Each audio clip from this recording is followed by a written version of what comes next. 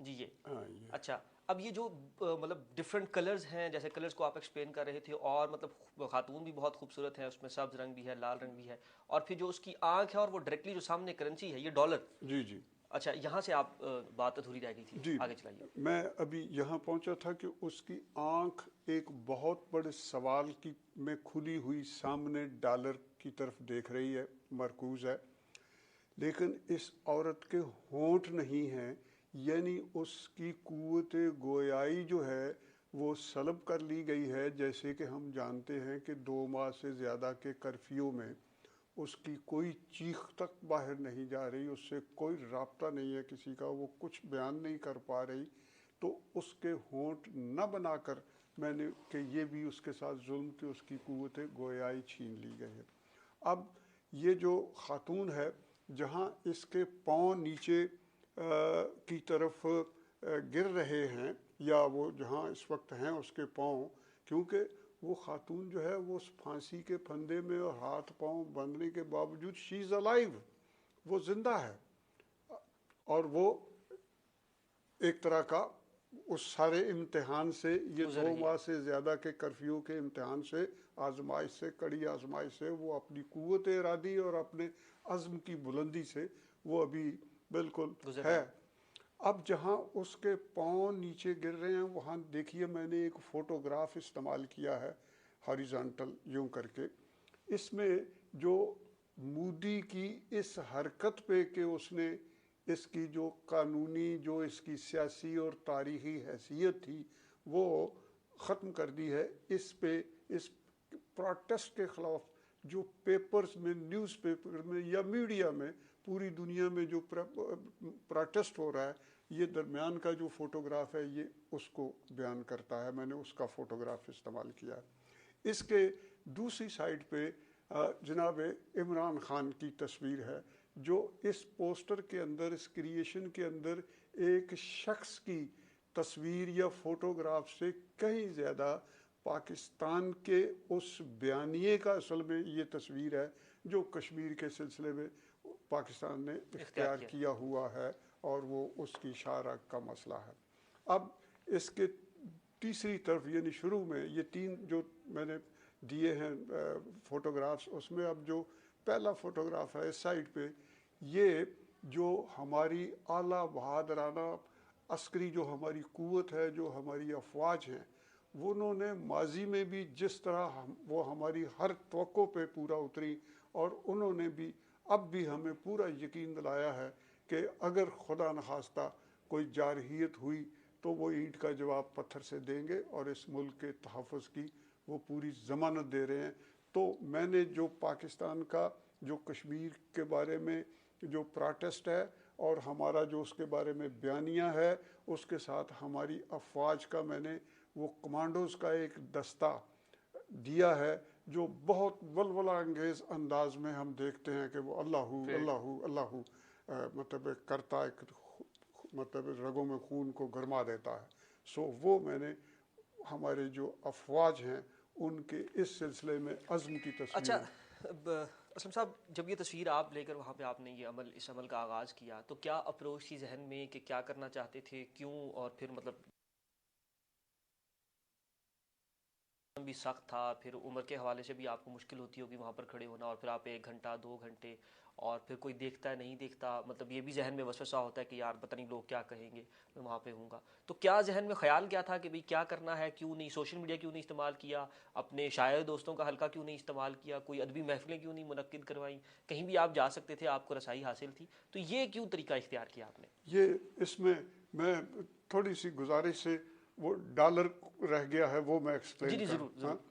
میں نے آپ دیکھیے کہ اس تصویر کے یعنی مغرب میں بھی مشرق میں بھی یعنی دونوں پہلوؤں پہ میں نے ڈالر کی تصویر دی ہے.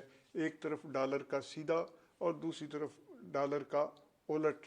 اب یہ جو ڈالر کی استیلا جس کو کہتے ہیں، اس کا جو روب دبدبا اور اس وقت پوری دنیا کی معاشیات پہ جو اس کی حکمرانی ہے، وہ اس قدر شکی القلب ہو گئی ہے کہ وہ یہ 80 لاکھ کشمیریوں کی آواز نہیں سن پا رہی،